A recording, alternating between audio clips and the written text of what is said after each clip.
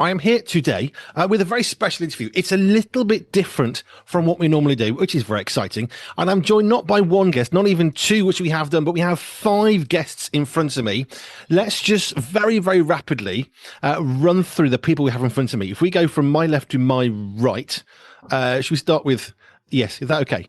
Yes, absolutely. Good morning, I'm Becks. I'm Anna. I'm Elissa. I'm Isla. And I'm Millie.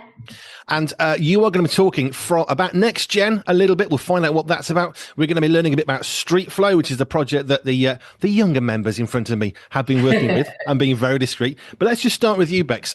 Next Gen, which is, I guess, an umbrella help support organisation for this. Just give us a bit about what Next Gen is all about. So Next Gen Leaders is a charity that works with young people across schools, predominantly in Yorkshire, and we help young people in schools to design their own projects that align with the United Nations SDGs. So that can be anything that they choose, and we don't tell them what to choose. It could be anything. It could be no poverty. It can be access to education. It can be combating climate change, anything that they fancy out of the United Nations SDGs. And we let them choose whatever project that they want to do. And we support them to get that project off the ground and find ways to make that project work, whether it's matching them with project partners or ideas, or we've recently given grant funding to help to some of those projects to get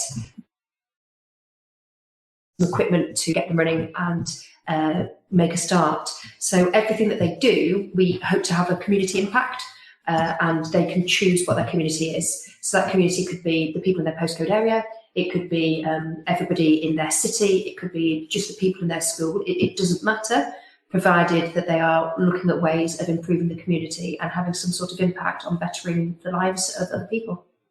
So we're going to move on to StreetFlow and what they're doing specifically, but can you give us a few ideas of specific projects that Next Gen have done, and where has it actually impacted that community? Absolutely. So we had an amazing project last year where we were working in a school specifically with children who've got a diagnosis of autism.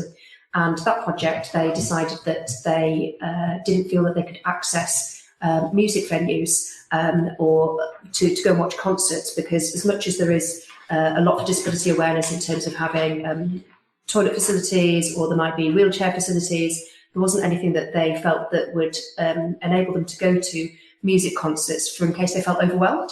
So they designed a safe space for venues that had one-way mirror so that they could see a concert, but nobody could see them if they were feeling overwhelmed. And it had soft furnishings, it had PowerPoints for them to charge earphones if any of them had earphones, in case they were noise sensitive.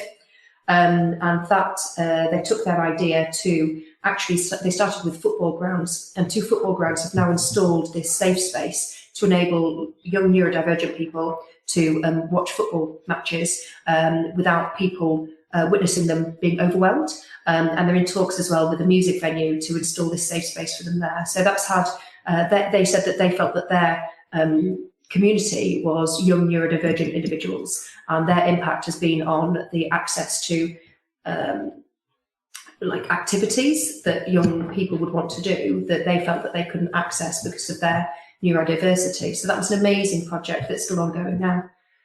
We've got another one at the moment, which is a knife crime project, where the young people that have been working on that project, what they've done is they've created a safe word for people to go into local stores and speak to the staff there, so that they can be taken to a space to contact their families if they feel that they're unsafe on the street. They've also delivered training for like kind of self-defense in the local primary schools, and they've fundraised to put bleed kits into the local area, and they've taught primary school children how to use the bleed kits so that they can deal with anybody that's been a victim of a knife crime. If that happens, the same way that you might find a defib in the local street and you've got to put a passcode in to get into it. So their community, they've said, is people who feel unsafe in their postcode area, and they're trying to find ways of combating that. So every project is different, but we've got everything in between. We've got a school that's looking at books about bullying, so that anybody who's been excluded from school for being a bully, when they come back into school, instead of being put into isolation and being forced to write school rules, instead they're going to be given books where the main characters come around from being bullies to not being bullies, and they're going to use literature to combat bullying. There's all sorts of ideas, and the thing that we found is that the people that come up with these ideas are the young people. They're not the adults. The adults aren't the ones that are going, hey, I've got this great idea. Everything that we do is absolutely student-led. It's the students going, do you know what I think is a great idea? Let's do this. Do you know what I think would be brilliant? Let's do this. And they are absolutely leading the way on the way that they want to shape their world to be a better place. I love some of that stuff because when I was at school, sixth form age, so was that 15, 18-ish, 16, 18, we did some stuff like that, and it was very much business orientated. But what I think we all felt at the time as the students in that school was, well, what's the point in this? We're just doing this for a way of filling some lessons. But what's really exciting about what Next Gen is doing is it isn't just about helping those students learn something. Yeah, that's great. But it's actually much more than that. It's applied learning that is changing lives. The knife stuff, like sensory health is one of my things I'm really passionate about. So knowing you've got a space for somebody to go if they're overwhelmed. Football crowds, I mean, the amount of noise is immense. If you've got, struggling with your audio processing, that's going to send you off the edge. And everyone will think, oh, they're violent or they're aggressive. Well, actually, no, they're just unable to process. So that safe space is so cool because it's more than here's a nice way of filling a lesson, learn about business for the future. This is actually making a real impact in people's lives, like you said, which is the whole point, which is great when you set to do something and actually, we can see this happening. Yeah, it's absolutely amazing. And I think what I really want to kind of push forward on the young people that are working on this is it's not even part of a lesson. They're choosing to do this in their own time. Wow. The people that we're working with, they're not doing it as part of a business studies lesson. They're not doing it to fill some time in a gap somewhere. They're choosing to do these projects because they want to help, because they want to make a change and they want to make a difference. And when we say we're called Next Gen leaders, these are quite literally the leaders of the future because they are giving up their time to make a difference to other people, and they're doing it in their time. They're not doing it as a project in maths or as a project in science. They're doing it at the moment as an extracurricular activity or in their lunch times, or that they're finding ways to make sure that they can make a difference in their communities from their ideas. And I really think that that's something that we should definitely be celebrating. And it's something that we should be seeing everywhere. It's something that we should be seeing in every single school, that we've got these absolutely amazing young people who are leading the way on creating a better future for everybody. Which is brilliant. Which takes us nicely into StreetFlow, which is what you four are here for. If you watch the video back later, you'll realize why I'm talking about 5 people, because I'm looking at 5 mostly smiling faces, slightly nervous, I think, perhaps, which is okay. But StreetFlow, right, Isla, let me come straight to you. Give me a really simple thing. What is StreetFlow all about? We're a group of girls that make period packs that we give out to homeless charities in our local community that contain sanitary products to help ensure homeless women have access to hygiene necessities. Cool. Okay, so that's the what. Then I need to ask, what's the why? Why did you come up with this project? And as Becks said, you're giving up your day in a way, so that's voluntary, so that's really cool and commendable. But why did you want to do this? We chose to do it because this topic, as student leaders, that's how we got into it. We looked at SDG girls and picked ones that we felt were important to use as young girls in school. So you've got the why, we've got the what. So you wanted to care for people who are particularly homeless. There's a real issue right now. It doesn't matter whether you've got a home or not, whether you've got money or not. This is an issue for women that they're going to have to deal with every day for quite a long time. So to help people in that way is really, really good. We've got the why, but let's look at more actually what's going on. Who do you want to point to next to give us an example of what we're actually talking about here? Who are you going to give us to? We'll talk to Elissa. Go on then, Elissa. So what we've managed to do is we've given the packs that we've made through donations and grants, we've given them to Halifax Homeless Community Kitchen to hand out to women who come in if they need something, so that they can't just get food, but they can also get period products when they need it. Okay, I mean it's a necessity in the life. Why is this happening? Not as much as it is, I don't know, but it's good that somebody is. Who do you want to go to next, Lila, to talk more about what you've been doing? Millie. Come on, then, Millie. What have you got? So we've been we're just doing more about how we're trying to change the law of it all, so then premium products can become free, because you can get free I don't know what they're called, contraceptives. Yep. So why can't you get period things when you can't even help that? Seems pretty logical. So how are you doing with the law then? Because obviously talking about government, talking about politics. How are you actually finding an ability to engage with, I guess, local MP, councillors, government? How are you trying to change the law? We're trying to get in touch with the MP so we can have a meeting with them to see what we can do to help. Fab. Well, don't give up. Keep going. They need to talk to you. It's important. So we're getting more of a flavour now of what it is you're doing, and we're missing Anna. Anna, what is your part to play in all of this? I was the social media manager. Well, I still am, and I managed putting everything that we learn in when we'd meet up after school with Becks, and when we do our research, and I'd put it all on our Instagram, which is called StreetFlow TAH. StreetFlow TAH. Yeah. Okay, that's on Instagram. TAH, what's that bit? Trinity Academy Halifax. That would make sense. Yeah, That's the school you're at. Okay, yeah. So I know you need to watch the video later. There was I saw a green man. I was being a bit silly, but you've got a little green turtle. Just tell us about the turtle. Why is there a green turtle on the desk in front of you? It's our little mascot. We all love a mascot. Has he got a name, or has she got a name? Tiny. That's fine.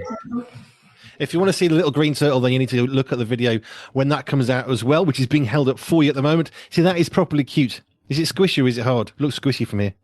Yeah. Okay, we've got a squishy tiny turtle. Cool, Tiny. Okay. Now, if I remember rightly, you've got a little bag to help us to understand what it is that you're giving away to these homeless. Is it a soup kitchen you say you were going to? It's a homeless community kitchen, so it's people who you can volunteer and work there, and they run every Sunday outside our local bus station. That's fine. So you've now got a bag. Now, with the wonders of radio, we need to describe as best we can. So I'm looking at sort of a cube kind of box bag, and is this one of the examples of what you're giving away? Yeah. Okay, so just talk us through what you're looking at right now. So it's a recycled bag. So we got them off my group. They did got different patterns of this one material, and they made little packs out of them because it's reusable. Okay, and then it's a Zips little cube. I'm guessing what's that, about 8 centimeters cubed ish, something like that. Okay, what's inside then? You're opening the zip. Let's have a look inside. Tell us what they're going to find. Reusable pads. Okay. A moon cup. Yep. From Ancestors. Yep. Okay. Have they given you some of those, or is it you've got a grant to buy some? How did that work? Yeah, so Asda set us up with Ancestors, and they gave us a bunch of free period products to include in our packs. They also gave us some pads. Yeah. Okay. And some tampons. Okay. So there's quite a lot in that little bag then. Yeah. Cool. We got a bag so you can, in case you don't have anywhere to clean it yet, you can put them in the bag so they don't get the rest of the bag dirty. Okay. Is that everything out the bag, or is there more in there? It's like a little TARDIS, that thing. There's some wipes. Yep. Which you can flush down the toilet. Okay, flushable wipes, always good. Yeah, because they're reusable for the environment. Yeah. And then we have this little information pack which tells them a bit more about us and what we're doing with the community. Brilliant. So there's an awful lot in there. I'm guessing, so you're at this place, community kitchen. Somebody comes along and says, have you got anything for me? How do they know that they can get something like this kit from you? How is the community kitchen saying we've got some StreetFlow bags? Do you need one? How have you got to the women to know about you?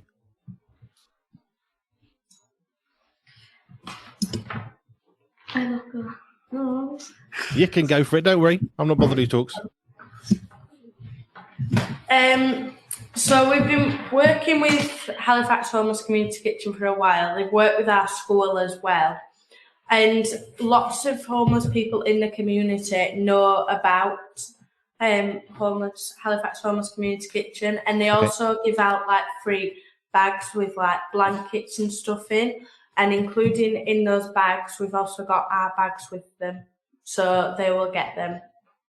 Cool. So it's something that the community kitchen is just giving away. So that's an easy way, isn't it? Okay, do you need this? Here's a blanket. Do you need this? Here's a coat or whatever. You're going to have all StreetFlow bag. I'm kind of impressed how much you squished into that little bag.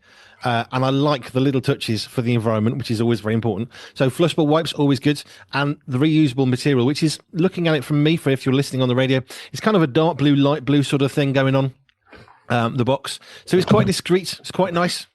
It's not in any way obvious what it is, which is quite good. Discreet is good. With discreet can be very, very good. What are you hoping this project to actually do? Have you got, like, we want to help 50 women or 100 women? Have you got kind of aspirations of where you want this to end up? So we want to make a start and help most women in our local community. But if we could like get it to other areas, that would be great as well. Okay, so it's not just we want to help our own little Halifax area, not that Halifax is small, but you actually do have aspirations of helping more, which is brilliant. Coming back to you, Anna, what is it you've enjoyed about this project? Because you started from nothing. I guess you had an idea, and then from that idea, well, we could do this, and then you start adding in bits and pieces, and you finish with this amazing little kit of stuff that you can give out. But what is it you've really enjoyed about being a part of this project? What are you learning? What is it helping you with? I've really enjoyed like being able to reach out to other people. Like, for example, we've reached out to our local library to be able to distribute our packs to them. I think they have answered. But sort of, we're waiting for them to answer. It takes time. Yeah, exactly.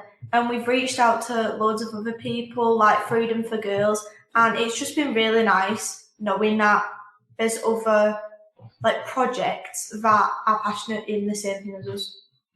Which is always good. Elissa, what are you enjoying? Is this something you think, well, I'd like to go and work at the community kitchen when I'm a bit older? Is it leading some of your interests and passions for future life? Like, I've managed to learn about new things, so that's given me like more options of what I could do later on, and I think it's definitely inspired me. Brilliant. And then Millie, what have you enjoyed? Because you're the person with the little bag. I mean, was that more of your passion? And you're holding it, so I'm just making a wild assumption. But was that more of your leading? I don't know. We did it a lot as a group. Like, we did a lot of it all like together. We planned it all and like designed it all. Like, it wasn't just one person did one thing. We all kind of came together and did it all as like a big group, as a team. Was that something you were enjoying? Just the sort of the collaboration, working together in a group? Yeah, because like we're all friends and we've made like new friends from it. Yeah. Brilliant. And then finishing with you then, Isla, you've gone from a project where it's nothing and then you have something. And I love, it's a bit of a risk. Is this going to work? Is people going to want this? Are we going to get it right?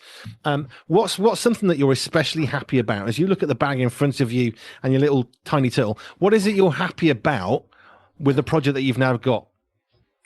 I'm really happy that so many like different brands and different companies have helped us along the way, because we started off with nothing and then we did a grant, and it's all to do with the environment, and it's all, lots of the things we use are reusable, and it's just really good because we're really helping people. Well, helping people is always a good thing. I always say this to lots of my guests, that in the world we can look around, we can get a bit scared, we can get a bit frightened, the world can look a bit dark and a bit dangerous. But you know what? We can all do something. And if we each did something, however small that might be, all those little somethings add up to quite a big thing. And I've got 4 young women in front of me with an amazing kit that you put together four little somethings in a sense, but actually what you've done is created something quite amazing, which is transforming lives of other people. Is there anything you wanted to add into what you've said? Have I missed off any questions for you? I'm going to add, Go on. actually, how proud I am of this group of young people, that they've worked so hard. And this isn't the first year they've worked on it. They had the option of, saying, oh, we've got so much going on with our schoolwork, we could drop this project, but they're really, really passionate about what they're doing. And this year they wanted to explore other ways that they could help. So they made their pack of cards that had, diagrams of how to use the products, Yep. so that anybody who had low literacy could understand how to use the products without having to use words. They've tried other outreach ways of contacting people, whether it's through the library rather than the homeless kitchen. They've reached out this year to the Street Angels through Paul Blakey to try to find other avenues for distribution, and through new partners. They've contacted the Mental Health Project this year to try to find new ways. They've recontacted my group to find if there's new ways that they can have, if they can work with the textiles team to create some new bags so that they've got more things to distribute, because everything that they've made, the bags are made from, so my group is, they're a recycling company based in Hull. So the bags are made from recycled fabric, and they're white clean. So if somebody's on the streets and they're in a situation where they can't keep things dry, they will keep dry. So they're made with white clean fabric, but they're made from repurposed fabric. So everything they're looking at, they're trying to find new ways of doing things and taking it up a level each year. And I think, and their lead member of staff, Ruth Walker, has guided them so nicely through everything that they're doing.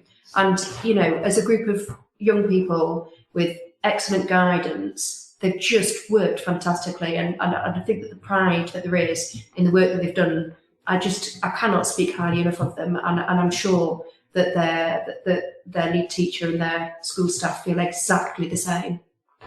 That sense of pride, I think, is justified. I'm looking at this through a computer screen onto a desk. I'm seeing stuff. I'm nearly 50. I'm very conscious of how stuff like this can be swept under the carpet. We can think, well, we don't want to talk about that. It's a little bit difficult. And some of those taboo subjects, actually, it's part of everyday life. Pretty much every other person, male or female, that's it. So this is going to affect half the globe, so this is not a small issue. And if you've got money and you've got finance, and you're in a really great situation, then probably this isn't something you even ever consider about. You pop down to the shop, you get what you need. That's it, sorted. But actually, if you don't have money and you don't have an education, you can't read, and there are plenty of people who are on the streets who have got poor literacy or whatever, then actually things like the diagram, it's those little bits, which is my little bit of pride for you, and the little bits like the cards, that's so important, because it's not, here's a bunch of stuff, off you go. That's not helpful to a lot of people. We'll help some, but not all. But actually, we want to think about you if you're in a really poor state, if you're struggling mentally, if you can't read, then actually trying to follow a set of instructions on a small box because you haven't got glasses, because you're on the street now, you can't see anything. Actually, a diagram, picture paints 1,000 words. So that little card thing, that's a real thumbs up from me, because it's so important that we don't just help a small number of people, and it's really great. I've really enjoyed when Paul first came to me and said, can you interview these guys? I said, yeah, absolutely, no problem, we'll do an interview. I've really enjoyed learning about what it is you're doing, but I'll tell you what I like is the fact you're working together, which is really, really important. I don't know whereabouts you are in school age, but is this something you're going to want to do for another year? Yeah, we've been working on this since year 7 and we're in year 9 now. Okay. So we've been working on it for quite a while and we've got really far. We've contacted our local MP and we're waiting for her to hear back. So we're really hoping that we can take this to further. Well, tell the MP you've just spoken to an international radio station and done an interview. Maybe that'll help. Andy B said so. Right. Thank you for what you've done. It's really great that you're looking after people, that you're looking outwards, because it's really easy. I remember in school, we thought about what we were doing, get exams, maybe university and get a job and all that, which is all very well. But there's much more to a life than that. And it's the colour of life which makes it better. And that's what I'm seeing in front of me. You're actually trying to colour people's lives, take out some of the grey, take out some of the dull, the difficulty, and try and remove some of those strains. I once heard somebody say, a lot of people look at people who have poor nutrition. Oh, well, they're making really poor life decisions. Well, yes, they probably are. Probably because the brain's hungry. It's not getting nutrition. Therefore, they're making poor choices. Well, not so much poor choices. They're not able to make good choices, which is a whole different thing from making a bad mistake and not being able to make a good choice. And what you're providing is taking away some of the stress and the strain that enables people to hopefully make better choices, because there's one more big thing out of the way. So commendable for what you're doing. Big thumbs up from me. Thank you. What's one thing you're going to take away from this, Millie? What you most enjoyed?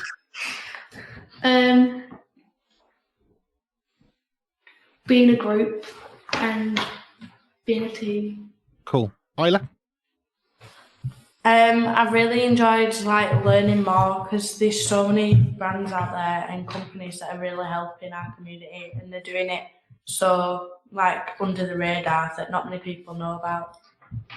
Very good. Elissa? Just same as Millie, working together, but also helping other people. Okay, let's finish with you then, Anna. I mean, honestly, I'd have to say the same thing. I just really enjoyed helping people, knowing that I've made an impact in the community. Which is really brilliant. Becks, what's one thing you're going to take away that you can encourage these girls to do?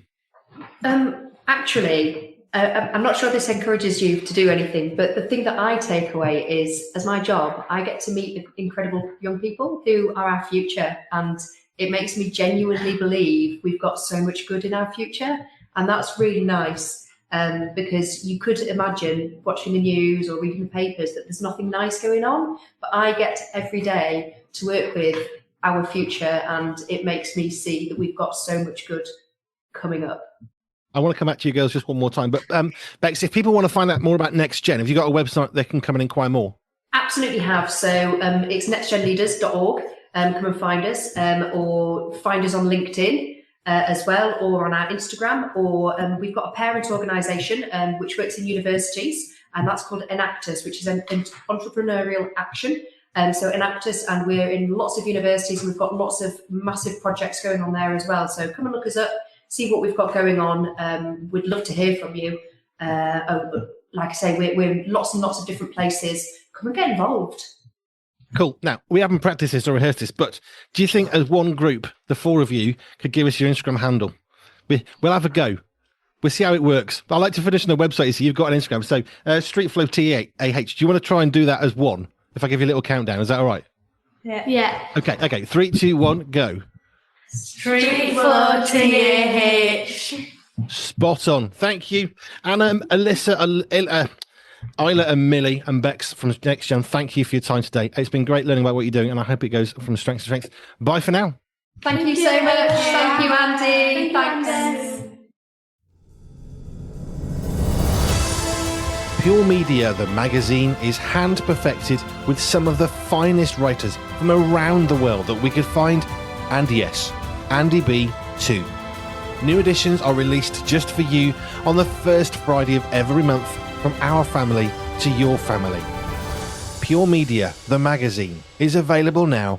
Sign up for free at puremediafamily.com/magazine.